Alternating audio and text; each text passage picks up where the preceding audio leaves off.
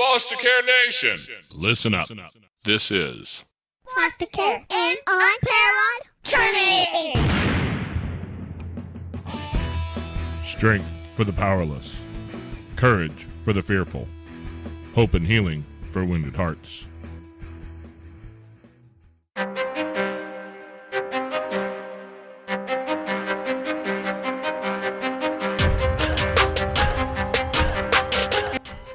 Hello and welcome back to Foster Care and Unparalleled Journey with Jason and no Amanda.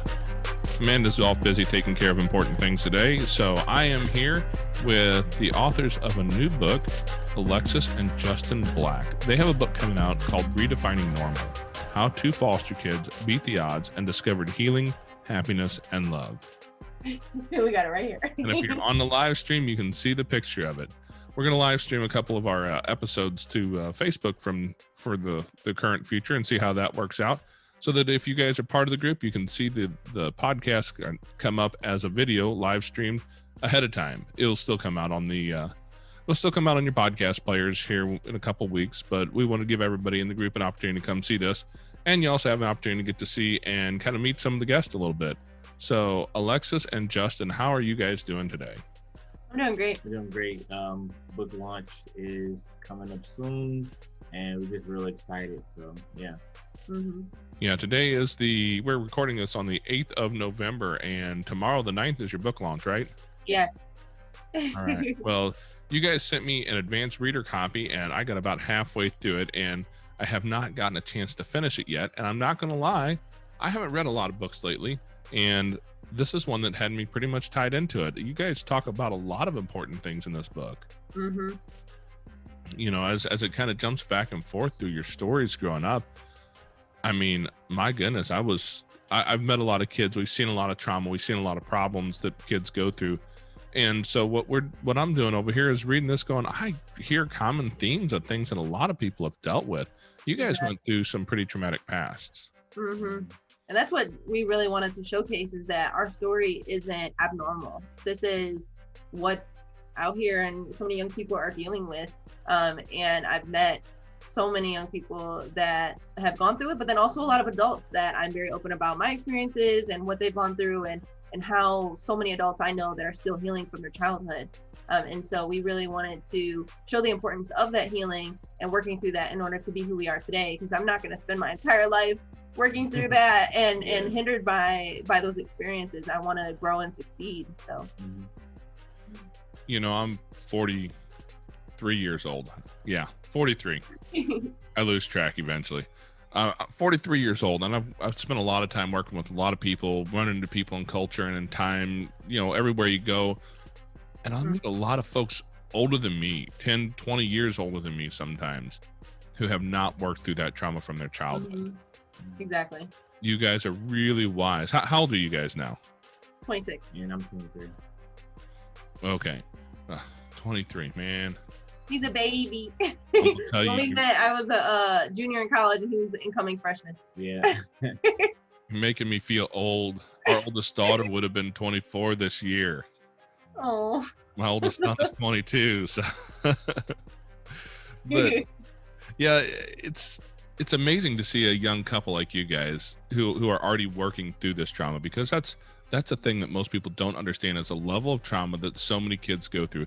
And a lot of kids don't go through it in foster care because, you know, like my wife is a great story. She had a traumatic childhood, but she was never in foster care. Nobody ever gave her any of those services, reached out to her, helped her through that stuff.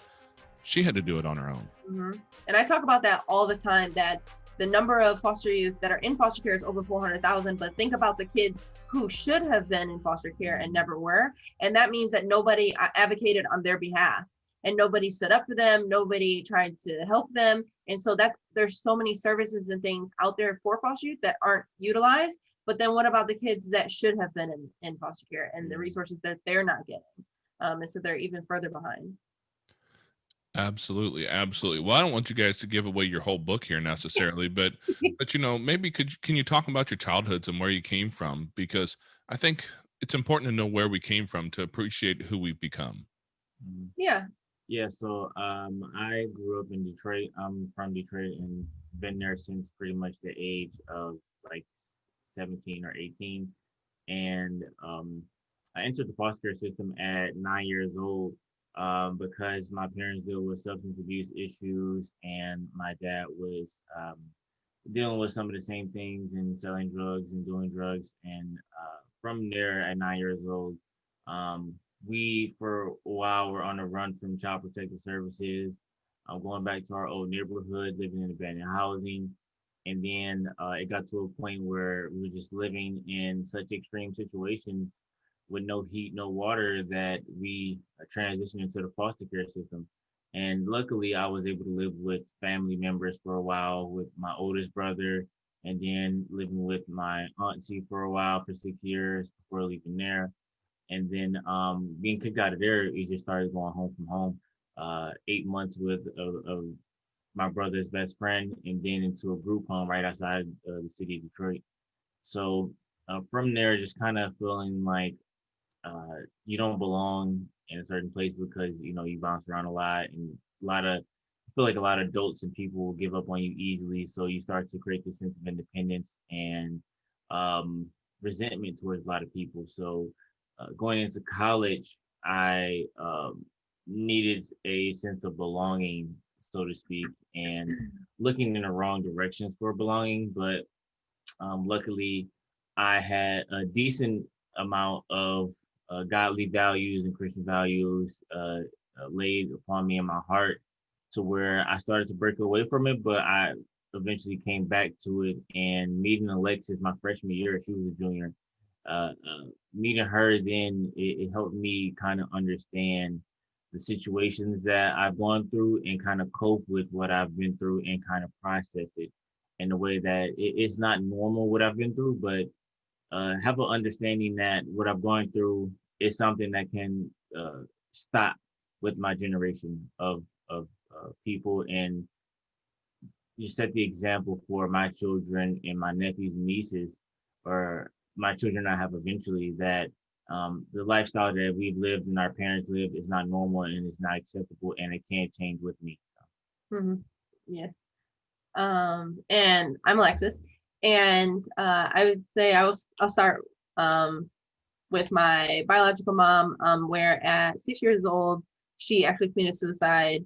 And after that, I went to live with my dad full time. Before that, I was only with him, I think, on weekends. But they were going through a really ugly custody battle after he first decided that he didn't want me. And then I guess he decided that he did. And then I guess it was right at the end of that battle that my dad won. And then she committed suicide soon after that. And I went to live with him full time. And that's when the abuse began. It was physical, emotional, and sexual abuse for about 8 years until I was about 13. And then I was forced to kind of tell on him of what happened. And then after that, went and lived with my aunt and uncle, where it was also an unhealthy situation where my aunt was very much emotionally and mentally abusive. And so I couldn't really heal from past experiences. And then to kind of compound onto that of what was going on, I was in an abusive relationship throughout that time, because for so many years I believed that love hurt, and I believed that I believed a lot of the words that my abusers have told me about myself, my worth, my value, different things like that, and having low self-esteem, and just not understanding my worth as a human, as a woman, and as a partner.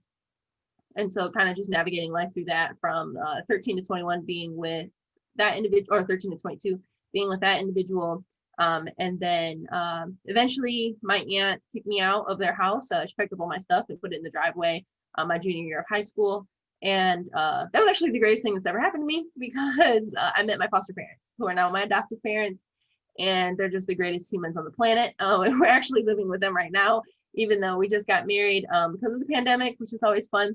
But and I have, at home with 5 siblings, it's an adjustment for everybody, being newly married and things like that. But so yes, and then I met them my junior year of high school, and got adopted in December from them. So yeah, that's my story in a nutshell.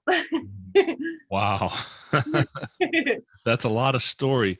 And I'm just going to say that that I think y'all glossed over a lot of details that you went to in the book there that really, Oh yeah. Yeah, we can't give you like the whole book on Yeah, the you podcast. gotta Like, read it. you gotta Yeah. read it. Yeah. But then also remember that most memoirs are this length for one person, right? And we wrote a memoir together for two people. So we had to leave out a lot of things that have happened to us. But we just gave you the general gist of like, this is what we've gone through. absolutely, absolutely. And that's my point is I've been through a lot of the book already. And I'm just going to tell you that there's way more in there, and it's definitely worth reading. Definitely worth reading. Thank you. You know, Justin, you were talking through, things like, you just said it like it's just part of life, right? Because it was part of your life, but living in abandoned housing, and people I don't think understand the commonality of that. I work in St. Louis City. I'm in different parts of the city, and sometimes I'm in the parts of the city where there's a lot of that going on. The houses that you look at and you think, man, why don't they tear these houses down? These things are all, it's all abandoned, and just, this part of the city's kind of rotting away. But man, when you're there at the right time, there's a bit of a community in there. Yeah.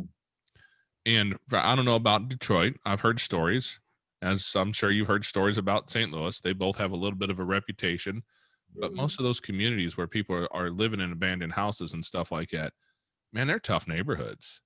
Mhm. Is that what you grew up in? Yeah. So I mean, the thing is, um, we were homeless growing up pretty often, like growing up or living in shelters and moving home to home like pretty frequently, being kicked out because rent was late and so many other things. I talk about the home we lived in on Dexter Avenue for a while, and that was kind of where we lived for the longest, I feel like. And we have like a home base as far as Southwest Detroit, where a lot of our family members on my dad's side grew up and as more familiar with, and that's kind of what we call our neighborhood. But we were on Dexter, and then moving from there is where we kind of were on a run from Child Protective Services, and then again that neighborhood was pretty rough as well, and a lot going on in that neighborhood, a lot of drama, a lot of things just it's happening all at once. Neighborhood full of drug dealers, and just a lot of things happening at once, and going from that to our old neighborhood, we're on the run from some child protective services, and again, we go to living in an abandoned house, and our old neighborhood had multiple abandoned houses, and our grandparents' old house was abandoned, and we had a family member, I think an uncle living in there. A few houses down from where we stayed, there was an abandoned house. The people lived in there, and we luckily we had a next door neighbor who had lights and everything going on in their house, and we kind of used an extension cord to plug in TVs and video games and stuff like that. But one thing I will say is that the idea of normal and redefining that, like that, those living situations were normal for me. Growing up in somewhat poverty, and it, the things that made me happy were, as a child, as a 9 or 10 year old, were like the video games. And, if my dad was able to buy us McDonald's or KFC or something like that, those were the things that made us happy. And if I shoveled snow or did like, cut somebody's grass for money, those are the things that kind of brought me satisfaction and happiness and some sense of hope and faith that my parents would kind of restore our lives and make things better will also sustain me. But the idea of poverty and that normal was kind of acceptable within the neighborhood, within our lives, and we kind of just adjusted because it was okay and it was acceptable. Now in the book you'll learn that it did get to an extreme where a lot of us are getting sick and taking bucket showers, and when the winter came along, things got brutal. um you start to notice certain things, when you get a stomach virus and it gets passed along the house and everyone's extremely sick living in this abandoned house during the winter time. You kind of notice how bad things are getting, and that's when you start to notice as a child, like this is not normal, and it started to click. But as far as poverty and as far as abandoned housing, drug use, drug dealing, those are like normal ideas and acceptable ideas as a child. And And that's why redefining normal, the title, is so important, because I had to kind of go through a process of changing that normal and those ideas and that culture for myself. Mm-hmm. You know, I was wondering that exact question Hmm. when you mentioned not having electric and utilities and whatnot, you know, because I'm thinking in St. Louis, it gets cold in the winter. Mm-hmm. Michigan is freezing. Yeah. So it was we moved into that abandoned house, I think around October-ish, I think November, like a little bit before December. I don't know the exact date, but a little bit before December. And it wasn't as bad in the fall. And I mentioned this in the book. It wasn't as bad in the fall. That's why I think things are okay and acceptable. But once January and February came around and you really start to see the extreme situations, and it just really started to impact you, where it's like, okay, I don't know how we can survive in this house with no heat and everything. And taking, I honestly, to be transparent, I wasn't cleaning myself. I wasn't taking showers because we didn't have a shower. Some people would scoop up the snow off the ground and wait for it to melt in front of a heater and clean themselves. But I just wasn't cleaning. I was like a 9 or 10-year-old. I'm like, it's whatever. I'm just not cleaning myself. I didn't think about it. I don't think too many 9 or 10-year-olds probably think about that too much, but I just wasn't doing it, and I just didn't think about it. And it got to a point where, I don't think I described this in the book, but how we used the bathroom and how we went about that. And, when it was my turn I also knew how bad it was when it was my turn to kind of clean out the bucket that we used the bathroom in. I had to carry that outside and like dump it in the alley. And when it was full, and I don't describe this in the book, but I kind of spilled it one time and got on my shoes, and I'm like, yeah, I don't like this. Yeah. I can't imagine you would. I've met a few 9 or 10-year-old boys, and they don't tend to be real big into taking care of themselves. But yeah, no child, I don't think, really cares about that until their parent like forces them to. I know, looking at my siblings, I'm like, come on now, like it's time for a shower. Well, Alexis, I'll let you in on a little thing about boys. Is they start to pay attention to that stuff when they start to pay attention to girls, and they realize girls pay attention to that. Yep. I started noticing that too. I have a 15-year-old son right now, and I tell you right now, here of late, we're in a place where like he takes a shower without being told to. He takes care of his hair. Like, oh, who's looking? Who's watching? Yeah, there's a young lady. I don't remember her name right now, and I'd probably get in trouble for mentioning it, so I'll leave that alone. But but yeah, that makes a difference for sure. But most of us never lived that life. We hear about poverty, and a lot of us think, I grew up in a pretty poor place, and I grew up. My father was a police officer. My mother worked for the police department, a different police department in their evidence room, right? And the police around here don't pay a whole lot. I'm certain somewhere they get paid a lot of money, but we didn't have a lot of money growing up. And I knew that we were probably towards the lower end of the socioeconomic strata in our area. But man, most of us don't know what living poor really is, living in true poverty. How has that affected you as a man as you've begun to grow and get married and looking into the future? Yeah. That's a good question. That's a great question. She actually knows it's still like small habits that I try to, use up any and everything in the house as far as food. And I'm not real picky with food at all. If it's something that, her mom cooks that I don't like, I'm not going to say, oh, I don't like it. It's just, you eat it and you enjoy it. You enjoy the small things. And I had to be intentional in growing up about not thinking in a poverty mindset of when is my next meal going to come? When is my next opportunity going to come? Making quick money where instead of building a business, I could be working at McDonald's making quick money instead of seeing the long-term future goals. And I think that's the biggest thing about the poverty mindset. We're huge on quick, instant, fast food, so to speak, type of culture where you need it quick right now because you don't know where your next meal is going to come from, your next dollar is going to come from. You don't know. It's just you're so uncertain about the future that you make rash decisions, and these are not logical decisions that you make.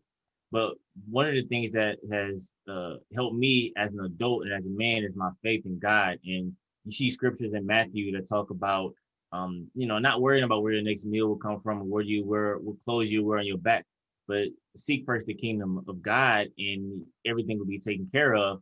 It's like, we submit ourselves to God and we don't worry about anything else. And we just move forward and just have that faith. And that faith has really carried me into adulthood. And that scripture was specifically for me. And even though the analogy of food and clothing may be, again, an analogy in the scripture, but literally in my situation, I dealt with so much of worrying about food and clothing and all that. But in my adulthood, I noticed, I talked to my mentor the other day. We talked about trying to find a job. I'm applying for a bunch of jobs, working on 3 businesses. I talked to him about getting into real estate and like 9 different pathways. And he talked to me like, dude, you need to stop. You're doing too much. And I can tell just by how you're talking that you're showing how the situations you grew up in, and you want to try a million different avenues to try to make money and try to be successful and try to be happy. But you're going to wear yourself out and you're not completing the will of God and what you need to do in life. And you're going to wear yourself out trying to overcompensate for the poverty you were in as a child. And you're trying a million different things. And I was trying to study real estate, try to get into that, try to learn investing and work on the businesses, and then try to find a job at the same time. And then all these things all at once, and I'm overcompensating, but I've learned to kind of take a step back and let just let these opportunities come to my doorstep, because once I have that faith, these things will come to my doorstep, and just worry about what I can control and just do my best in the areas that I'm working in, like the businesses and the book and everything else. Yeah, because I see that, like, before we got married, it was a lot of anxiety. He started having anxiety attacks and things of like, I'm not ready to get married. I can't provide for you right now. We're not bringing in income. And like, it was just so much anxiety around that. And I think that that's really common for a lot of men, but then specifically men that come from poverty and wanting better and wanting to provide for their family and not seeing that that realization right now. And just I think that's also the importance of having that strong partnership, and then that relationship with God of like your partner reminding you that what you're working on right now does have value, and we're building for the long term, not for just right now. Like, yes, we can go out and get a job right now, but I don't think that that's our path that we're meant to be in this moment, that we're building legacies far beyond that. And that's with the book, that's with our 3 businesses that we have right now. And just the amount of progress that we've made in this last year is just phenomenal. And opportunities will come, but just not continuing to not try to just think today. And that was always my thing too, because I was an extreme planner. I planned my day down to the second. And if I left my planner at home in high school, I would try to call home. Like, I'm going home for the day. I don't know where my day's going. Planning gave me that stability. And so to go to college and to think long term, far beyond like, what am I doing in this moment? What am I doing next week? But what can I do next month, next year, 5 years from now? And having people question me on that, I didn't know how to respond to that, because I wasn't used to doing that, because I was so used to planning for today. And so I think that's how we can complement each other as well, as like is learning to plan beyond just today. Absolutely. Well, Alexis, how about your childhood? Where you came from, because you had a pretty deep story as well that was totally different than Justin's, but it was still a deep and common story. Yeah. And so I grew up with a lot of abuse and sexual abuse, and that was pretty. It was, how do I say this? It was pretty common with the girls in my neighborhood, in my apartment complex. When I was brought up to them of what was going on with me, several of them said, that that's also happening with them. And so that kind of rationalized what was going on in my home, that was normal. But then when I started to talk to other friends, maybe outside of my neighborhood, once I switched schools and I started talking to them about what was going on, and them telling me like, that's not normal. Like, this isn't how my family dynamic is. That's not healthy. And so that's when I really started to realize that. And that was when I was like 11 or 12. And so that's when I really started to pay attention to that. I also went through a lot of depression and suicidal thoughts and things. And in high school, I was hospitalized for being suicidal, and I was put on medication. I was put on suicide watch and all these things. And I had at least 4 suicide attempts. And I talk about that in the book. And if I would have known my family history and that my mom committed suicide and that my grandma did also, her mother, that this runs in our family, and I need to be proactive on that. I need to be careful. And what can I do about that? But not knowing that history of something so big like that, and how, it can run in my genes, like, and I may not know that. It's really impossible for me to kind of be proactive on that. But then also just with so much compounded trauma, and I had one individual. Well, when I was in high school, there was a girl that I knew that she died by suicide, and I had somebody tell me that if anybody were to do that in high school, they thought it would have been me, and how like that hurt. And so that was also like a moment where I'm like, dang, I gotta get this together.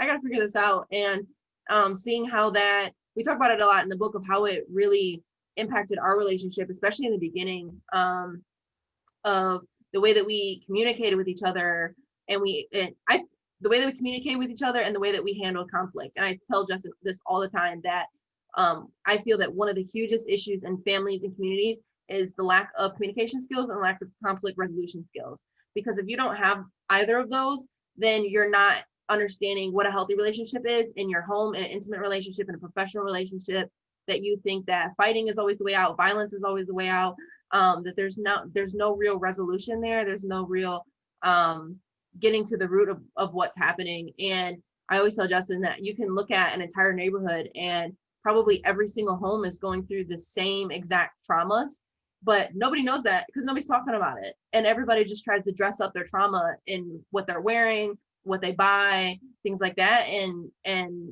so I saw that in my life, and in the way that I was dressing, and the way that I try to present myself to the world, and just try to dress up my trauma in a way and cover it up, and not dealing with it until we kind of started dating. Well, I gotta ask, what age were you when the abuse really started in full force? I was about 6. So actually the abuse started before my mother died. And I actually, as an adult, you can look back and memories can be distorted, but how I remember it is that the abuse started before my mother died. And I think that's why she was fighting so hard for my dad not to get custody, is because she saw how evil he was. And in my mind, I told her what was happening. Don't know how true that is. But I think that's when it began, was right before that. But then right around 6 was when it really started. And my dad would say things like, "You look like your mother," and but then when he was mad, he would say like, "You're a bee just like your mother." It was I think he took out a lot of that anger from her on me. And then he used a lot of that as sympathy, like to other people. Like he would say like, when he was late on a bill, or when he was in court or whatever, he would say like, "Oh, my girlfriend died by suicide," like, for pity points. And so I think a lot of that started because of like taking out a lot of that anger and frustration out on me, and nobody was there to supervise or check on me, kind of thing. Well, I imagine a lot of that had a lot to do with the depression and suicidal thoughts. I mean, I'm no psychologist here. I mean, I claim to be a completely untrained and unprofessional part-time hobbyist psychologist. So I'm pretty sure we all are in some way, shape, or form. in this world, you almost have to be, but I see a lot of kids who've been through the things you've been through, who deal with depression, anxiety, suicidal thoughts, that sort of thing. Where did you find help for that at that young of an age? Or did you find any help? I didn't find any help until I was, well, let me say this. So when I was in middle school, the first time that CPS ever came to our house was when I told a counselor in school, because he beat me really bad one night, and I went to school the next day, and like I had bruises and stuff, and I went to the school counselor and I told her what happened. She called CPS. CPS came, and the beating was way worse the next day. So and then I just called the counselor and the CPS person, and I was like, yeah, I made that all up, sorry, like, you know, try to back out of it. And it was way worse that night. So then I just regretted ever saying anything. And so it wasn't until I was 13 when my best friend's mother, my best friend told her mother what was going on, and she called me over, and I was over her house every day, all day. I mean, this was my person. Like, I would just walk in the house without knocking, like in the fridge all the time. Like, I was basically their daughter. And she called me over, and my best friend wasn't there, and I'm like, okay, this is weird now. Like, where's she at? And then she said, you know, Alexis, let's sit down and talk about this. And so she sat me down and said, you know, what's going on at home? And I was like, nothing's good. and then she's like, you know, my daughter told me everything. And so then, you know, I'm kind of in a corner of, do I say something? Do I not? What's going to happen next? And then I'm, you know, remember the last time that I said something, and she told me, you know, if you don't say something, you have 1 week. If you don't say something, I will. And so she gave me, in my mind, she gave me the power to be able to say something myself versus it being taken away from me. But within that week, I was still forced to say something because I went to a concert, and I think I got home late, and he was really mad at me. And like, I got a really bad beating that night with like he's throwing golf balls at me and punching me and slamming me into a wall and things, and dislocated my shoulder. And the next day I went to church, and my arm was blue, and my friend saw that. And then she told her mom, who's a police officer. And so that's when balls start rolling. You can't really go back from that. You can't take that back. You know, the evidence is there. And then also text messages in her daughter's phone were there, and, you know, all this type of stuff. So I couldn't really back out that time. And I was taken to the hospital. They did a rape kit, and a whole workup assessment. And then I went and lived with my aunt and uncle. And it was then that the judge ordered counseling. And I don't remember, like, when I first went to counseling, like, if I actually tried to talk or say anything or whatever. I just remember a lot of quiet time, like going there and kind of just sitting there.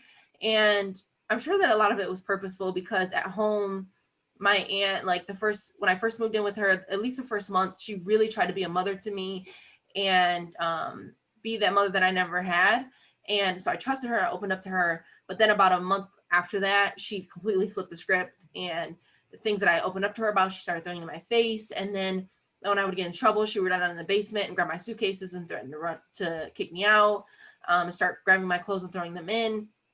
And so it was that trauma. And so when I would go to counseling, I would just sit there and say, like, I just need quiet, like right now. And then I would beg to go to counseling, because I'm like, I want to get out of the house. Like, give me an hour away, you know? And so it kind of turned into that. But I don't think I actually started to heal from things until I think it was in high school, and I started going to group therapy. And I think that was one of the greatest things that I did, because then it was a way for me to connect with other young women who have gone through similar things, and to hear their side of it, and to know that I'm not alone in my experiences, and that there are other women out there, and how are they healing from it? What are they doing?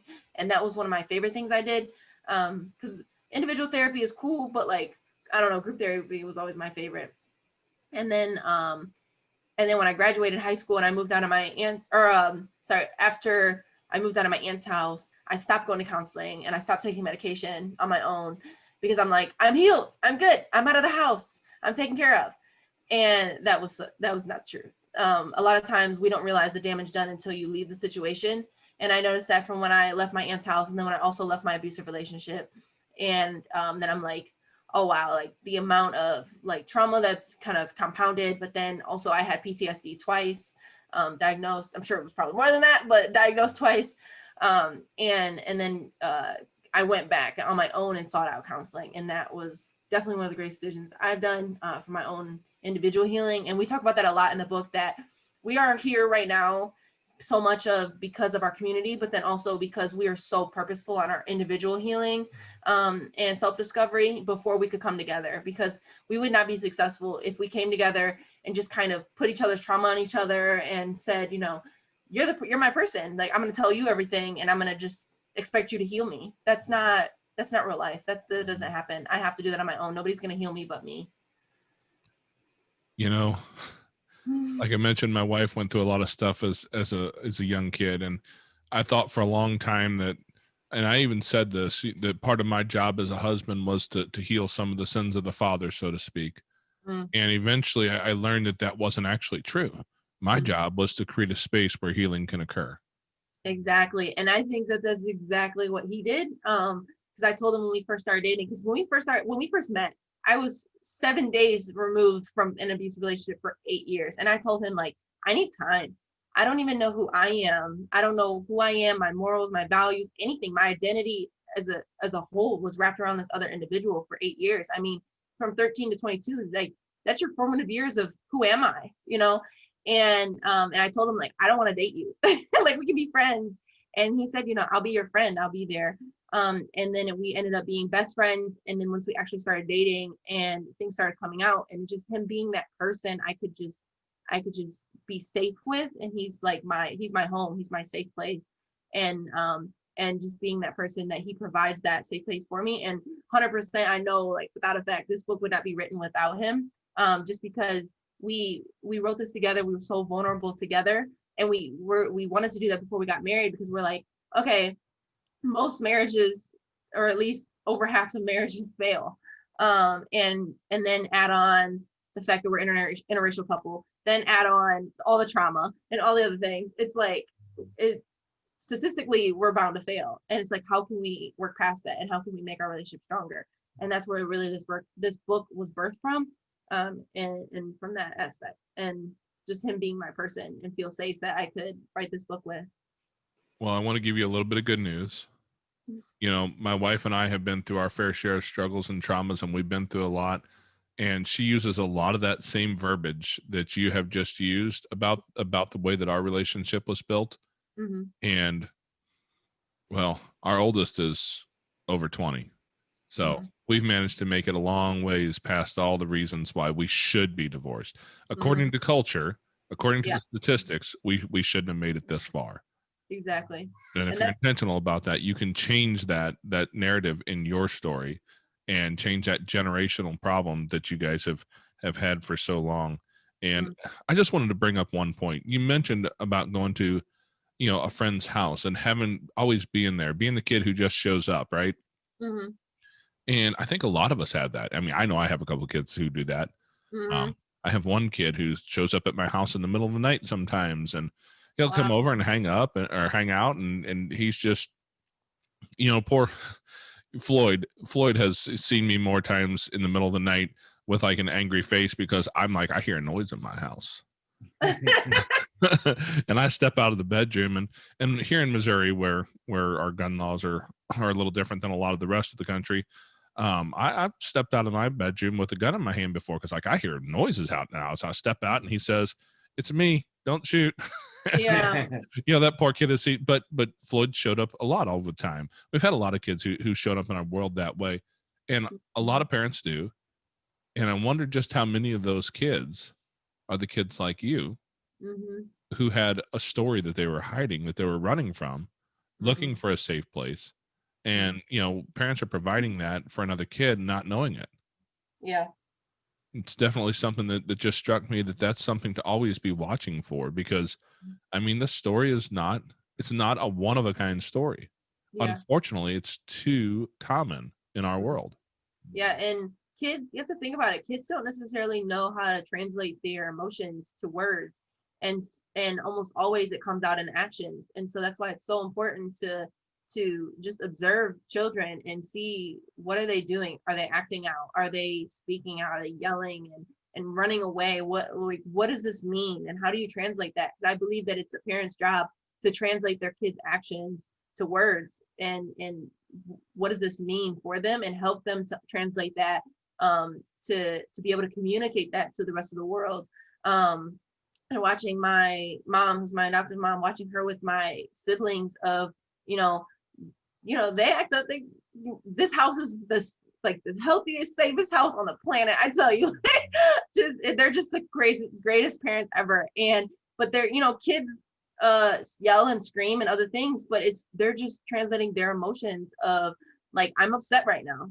And okay, but why are you yelling at me? Why are you doing this? Why are you doing that? And just watching her extreme patience, I've never witnessed such patience in my life. Like just watching that and how she communicates with them, and especially Obi, who's the 4-year-old, of running around screaming, crying, and that's just his way of saying like, I want to be held right now. Like I just want you to give me attention, to love me right now. And the second that she, holds him, it stops. And just seeing that is so beautiful to me, of like how much it's the job and the duty of the parents to really translate that emotion and to make them feel safe in those emotions.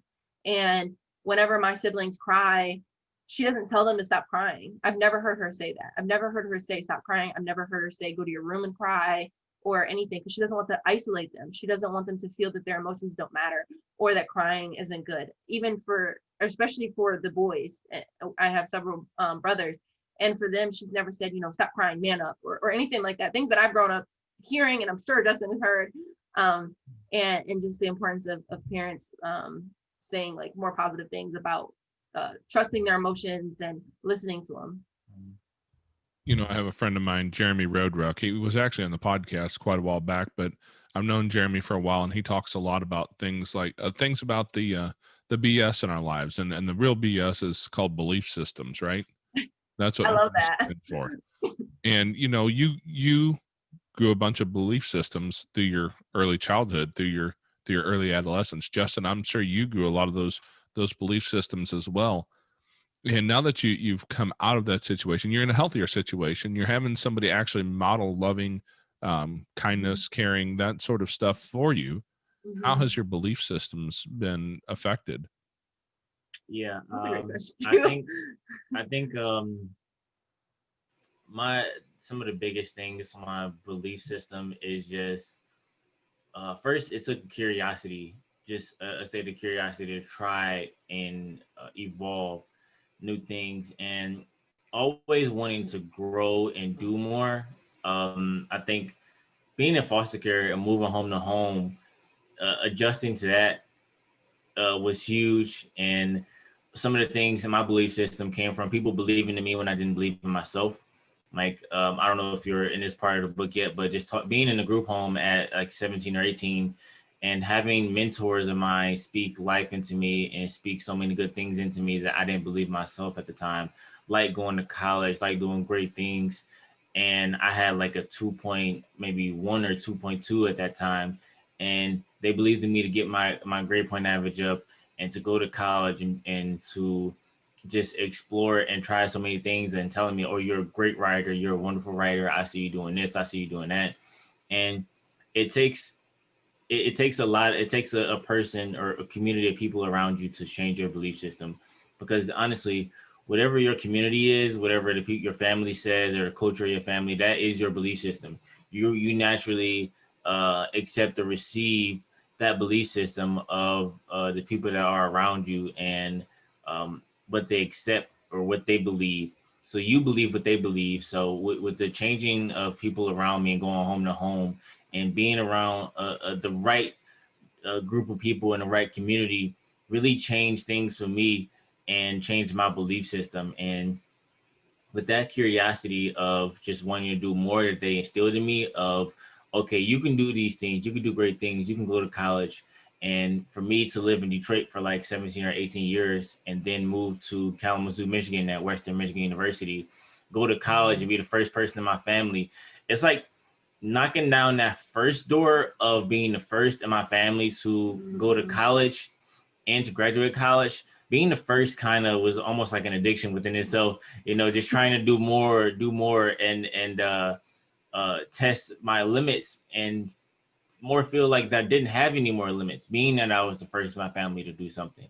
And understanding the work that was put in to get to that point, understanding the process, I think is a great component in your belief system, as well as understanding the process of growth, understanding the process of failure is actually you just learning from something and learning how to do better. And there will be trials and tribulations, and understanding that where there is success, there was trials and tribulations. So there would never be success easily. There would never be something you achieve easily. So understanding that component of how to achieve and how to believe in myself really helped me understand the process of taking things to another level in my professional life and in my personal life. And when it comes to traveling abroad, and being that we've been able to travel to 30 countries combined, and 13 study abroad programs, and creating a study abroad program, taking things to another level, and knowing that there will be obstacles and things along the way that will test us, and that will be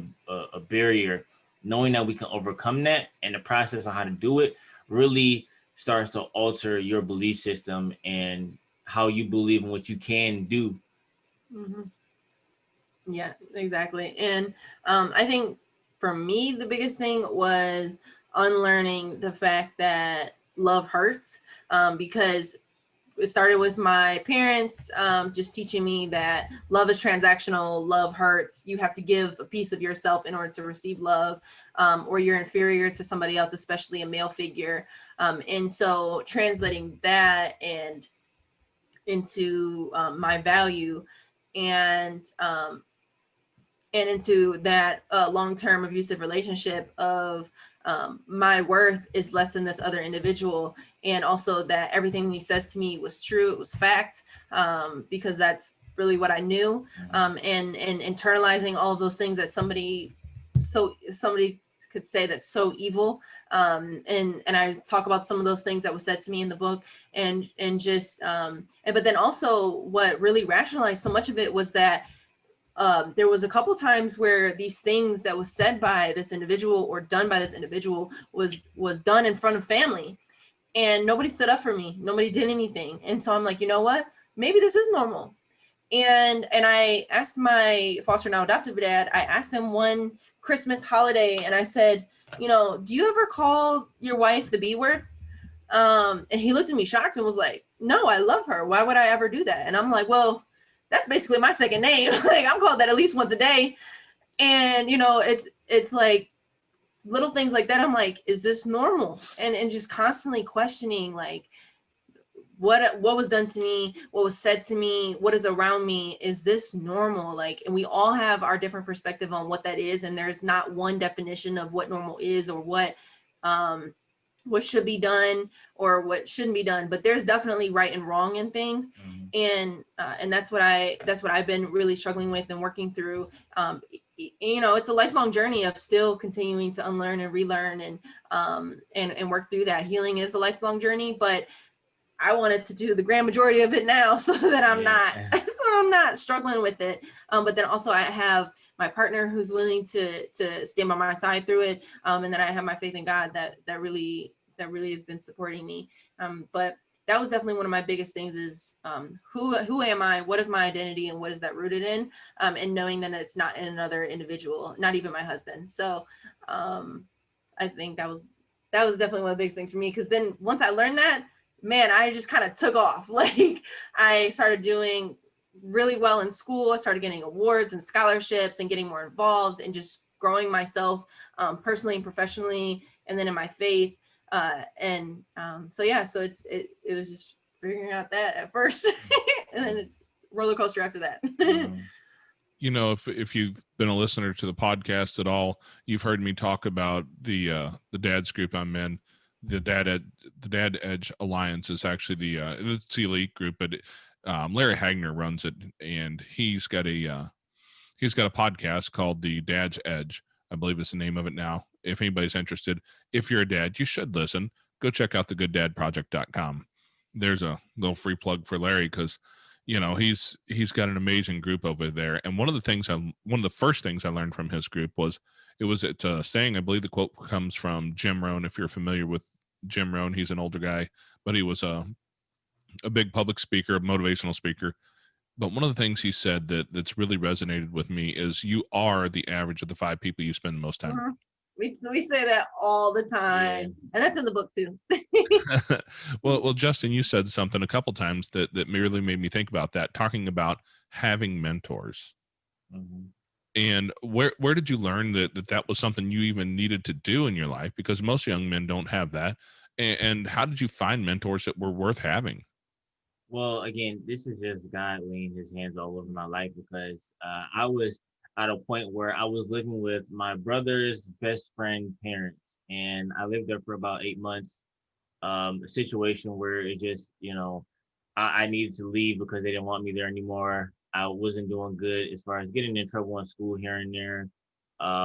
Just grades weren't good. Not doing as consistent with chores as I needed to be, and just in general, raising someone else's kids that's not your own is difficult. So I was transitioning from that house, and I was actually preparing to go to a juvenile detention center because there was really nowhere else for me to go, and or at least not exactly a detention center, but like something like that for foster care youth who had foster care teenagers who have nowhere else to go. So I was in this position, and then my foster care worker told me that there was an opening in the house right outside of Detroit, where it was a house for 4 boys, and there was 3 boys in the house right now, and they had a spot available, and they had an opening, and there was an opportunity for me to go there. And the structure of the house is a group home again with 4 boys transitioning into adulthood and out of the foster care system, and there's 2 house parents, but there's a church just pouring into the house, donating money to the house, and most importantly, the church and different people within different fields are just contributing to the young men who are preparing to get into adulthood.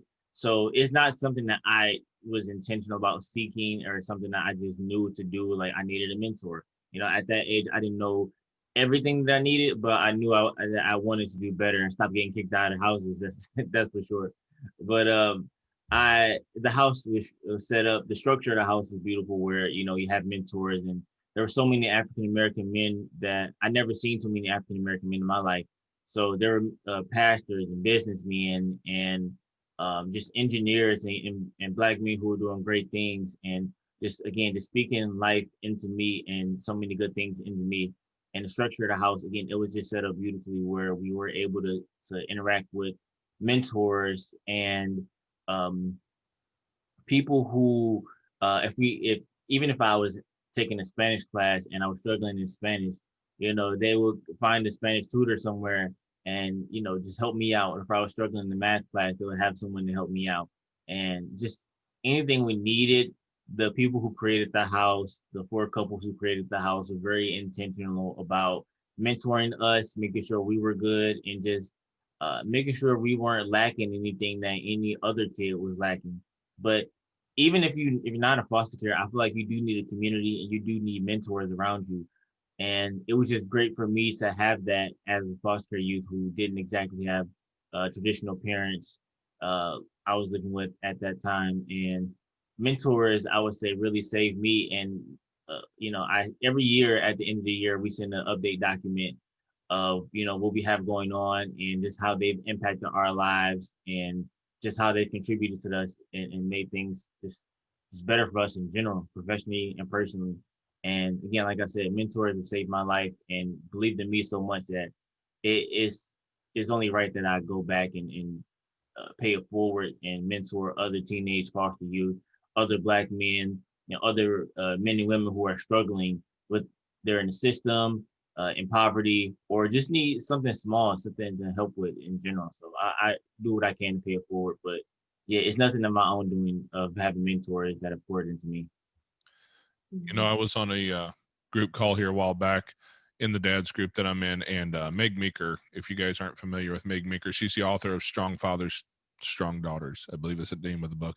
And if you have a daughter, you should read that book. She's just an amazing person. And at that point in time when it was going on, we had a bunch of the racial tensions that were in the news going on. And somebody asked a question of her about that and the way that she saw it, the way to solve almost all of those problems immediately. And I agree with her. She said, if we would put one strong black man on every corner of every neighborhood, you would solve most of those problems, because I've been in those hoods, right? I've been in some of those places. Like I said, I work in St. Louis a lot, and I've been in a lot of those rough neighborhoods. And man, all the guys I meet, one guy told me the one day he had 17 children with 3 on the way. Oh my gosh. Yeah, I didn't ask how that math worked out, uh, Oh, yeah. but you know, he's Three on the way. yeah. I don't think it was a single mother of 3. I think it was 3 separate mothers that he had 3 on the way at the same time.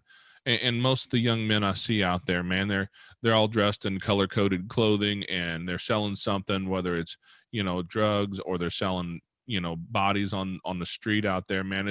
It happens all the time, and that's who I see in those neighborhoods. And there's so few strong men out there who will step into that difficult world and be that mentor. And I hear a lot of people who say, I can never do foster care. I can never foster kid. I couldn't let them go. It would hurt. It would this. And I understand all that. But man, one of those things that I think that you hit on right there, that's what you can do. You had businessmen and pastors who were stepping into the world of some young men in a hard place, who sounds like they completely changed your world. Yeah, they did. I mean, first and foremost, the grace and mercy of God really impacted me the most. But I think that there are people put in our lives to help us and save us. And I think just the men around me, and women also, of Black men and women, other men and women who just continue to help and support. And it's just not even just the words they said, but the things they did just to believe in me, and the small things of never giving up on me, and always seeing the best in me when things get rough. And there's a scripture and that talks about the definition of love, and a lot of times in the world we have this idea of love is just strong passion and emotion, whether that's romantically or in any relationship. And I've noticed that a lot of times that when I engage in relationships with foster parents, or someone that I live with, or a house parent or whatever, there's been somewhat of the world's definition of love, of a strong passion and emotion. And when you bring in a new kid in, there's strong passion and emotion. You feel deeply about that person. But the true definition of love is not just a strong passion or emotion, because that will burn out. You know, emotions change. One day you're happy, one day you're sad, you're angry. But when you have those bad days, who is going to be patient and kind and see the best in you and not keep record of wrong? Who's going to display those actions and ideas? And I think that the mentors and the people who were in my life at that right moment, when I was preparing to go to college, I had some of the people in my life really displayed some of those actions and ideas of always seeing the best in me and always contributing to my life, and not just an emotion of things are going good right now, so we're going to be happy. But when things go bad, and you know, I may not have done some of the right things, or I may have made a mistake, are you still going to love me and contribute to my life and be there for me when I need it the most? Because, you know, it's easy to love someone on a good day, when it's happy, when it's sunny and everything. But when there's a bad day, or we make a mistake, when your child makes a mistake, when things go wrong, can you help them? Can you be there for them? And I think all my mentors that I have right now who are still in my life, they've always contributed to me, and they're always by my side when things get rough, and always there to help me correct those mistakes and see the best in me when I make those mistakes. Mm-hmm. It sounds to me like the two of you have really found some good people to put in your life that are putting you both on a path of becoming those mentors for others. Mm-hmm. Exactly. And as young as you are, and yeah, I can say that because, you know, I'm not as young as you guys are, that's a trajectory that's going to completely shape not only your lives, but the worlds of the people around you, because it's that image of the airline, the aircraft carrier out in the ocean, right? When he wants to turn around, it doesn't get done right now, right? He makes a 1 degree shift and a 1 degree shift and a 1 degree shift, and 4 or 5 of those little bitty 1 degree shifts is the difference between hitting Africa or Australia. When you guys have that long-term future out ahead of you, where if you stay on that path, my goodness, y'all are going to make some big differences in this world. That's the goal. Yeah. I mean, we already mentor and give back as much as possible. And like one of the greatest things for me, and I wrote it in the book, is when my mentees text me, you know, their successes, because like you don't have to fail in order for me to succeed. We can all succeed.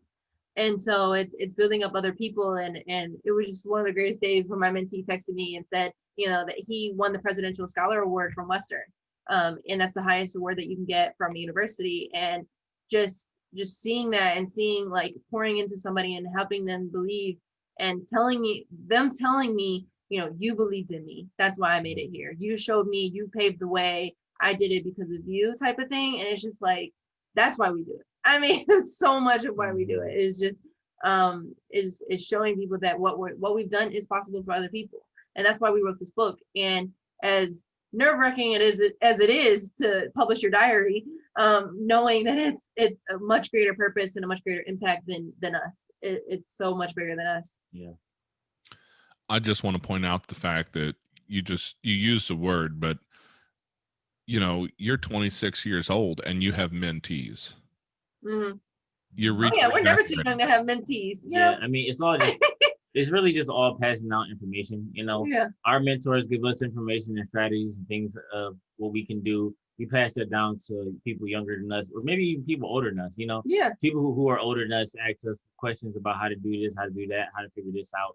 We just pass them along information, and once we go through those trials and tribulations of how to figure out something as small as how to work a certain application of, you know, for our businesses, we pass that information along, you know, and it's just everybody just passing on information. That's basically what a mentor is. Something that someone who's done something that you want to do, either professionally or personally or whatever area in life, and they pass down that information and kind of set the pathway before you, show you how to do it and what to like the do's and the don'ts, and you know how to overcome those trials and tribulations. So whenever we receive information from anybody, we just pass it along. So that's we a lot of times people view us as mentors, and it's like real glorified, but really we just pass along what we've learned to other people. Yeah, and I mean, just in the same way that I have mentors in a personal sense, but then also in a professional sense. I have many different mentors. I'm probably 15. And but they all have their sort of different capacity in my life of what they're going to help me with. And I tell my mentees the same thing is I shouldn't be your only mentor. You know, you need other mentors, whether I'm helping you personally, you need professional mentors, or get more mentors that are going to help you personally and help you stay accountable and on what you're doing, your goals and your dreams and the path that you're wanting to take. It can't just be placed on me. You need that network and you need your community and you need to build that. And that's really what we're doing. And it's just always being that open resource for people. And I think because I love information, that's just a natural pathway for me, is that I hoard information. I just want to share it with the world. And I think that's played into why I want to be a mentor as well. But we all have the capacity to be mentors, whether it's what you've gone through, whether it's information that you hold that you want to share with others, and whatever way, shape, or form it is, you have the ability to be that mentor for somebody else. Well, I just want to call you both out a little bit. That information is really important, but the other thing that you're doing is you're handing out some love, and that's something that this world is a little bit short on right now. Oh yeah, it's been short. It's just a little shorter now.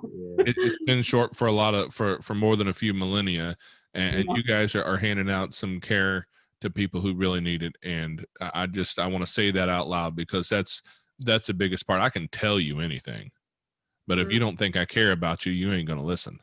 Absolutely. I agree. And I mean, and also I think for like if you do have a mentor and you are a mentee, it's taking that information and processing it and receiving it and actually implementing it in your life. Like for an example, my pastor, she has many mentors or mentees, as you can imagine, but she says she pours into them all of her love, all of her information, but most of them do nothing with it. And as a mentor, that's really disheartening. And it kind of hurts because it's like, I love you, I'm pouring into you, I want you to do better, but you have to receive that. And I think that's also, it's also something that we have to learn, is being able to receive. And if you can't receive, you can't receive information, you can't receive love, you can't receive vulnerability, you can't receive success. I mean, it's piled on, it's many different layers, and it's being able to receive. And for so many years, I couldn't receive that just because I was closed off and I had those walls up. And now my pastor and I, like, she I don't know why we always end up on the phone at 11 or midnight. I don't know. But we're on the phone for 2-3 hours. And we pour into each other, because every relationship, no matter personal or professional, it's mutually beneficial. That's a relationship. And you have to pour into each other. And so And now, and for, I mean, it's probably been years. My pastor, every time I call her, we're on the phone for 2-3 hours. I'm learning from her. Now we're at the point where last night or 2 nights ago, when we were on the phone for 2-3 hours, she's like, Alexis, we're going to schedule another call and I want to rack your brain. I want you to teach me now. And it's like, how beautiful is that? Like, that is awesome. And that's how it should be, is that, you know, you pour into each other. Mhm. You know, I love the fact that you guys, you've got, and just like the title of your book says, you have 2 foster kids, you know, who came out of hard places, both of you, from, you know, everything from physical, emotional, sexual abuse and poverty, and not having the things that most people consider normal needs, Mhm. to this place where I see the 2 of you sitting here smiling together and building beauty out of the ashes. Mhm. Mhm. And I love that. You guys are going to be an example to somebody. You guys are going to inspire some people out here today who really need to hear a story that says, "Hey, I've been there. Mhm. I've That's been cool. I've been in that abandoned house. I've lived in that place. I've been in true poverty. I've been beat half to death by my parents." Mhm. I mean, And we've already gotten some really beautiful testimonies from reading our book. And we've only shared it with our launch team, right? And that's a very small number of people that's going to read this book, and just the amount of perceptions and lives that are being changed within this small group of people. And women that are married with kids have texted me and said, you know what, Alexis, I've been through similar experiences and I've never even told my husband. And you've given me the courage to deal with that. And it's like, you know, this is another huge reason why we did this. And we were super intentional on that subtitle where it says how to foster kids, like the how to part, because it plays on the term of how to, you know. So we weren't just writing this for us, we're writing this for you too, of how can you do this as well. And that's why about halfway through the book, we switch from writing in our narratives to more or less being a teacher and showing you can do this also. I mean, again, we're still sharing our narrative, but it's more instructional versus this is just about us, because it's not just about us. well, the 2 of you are going to make some waves in this world, and I'm glad to see it. Thank you. Thank you so much. We appreciate you so much for having us on and being able to talk about this. This is awesome. I love this. Yeah, I may have some people I can point you towards too as well, that I think you could add a lot of value to their communities. So I don't think that this is going to be anywhere close to the end of your journey. You're getting ready to change the world, so just hold on. Thank you.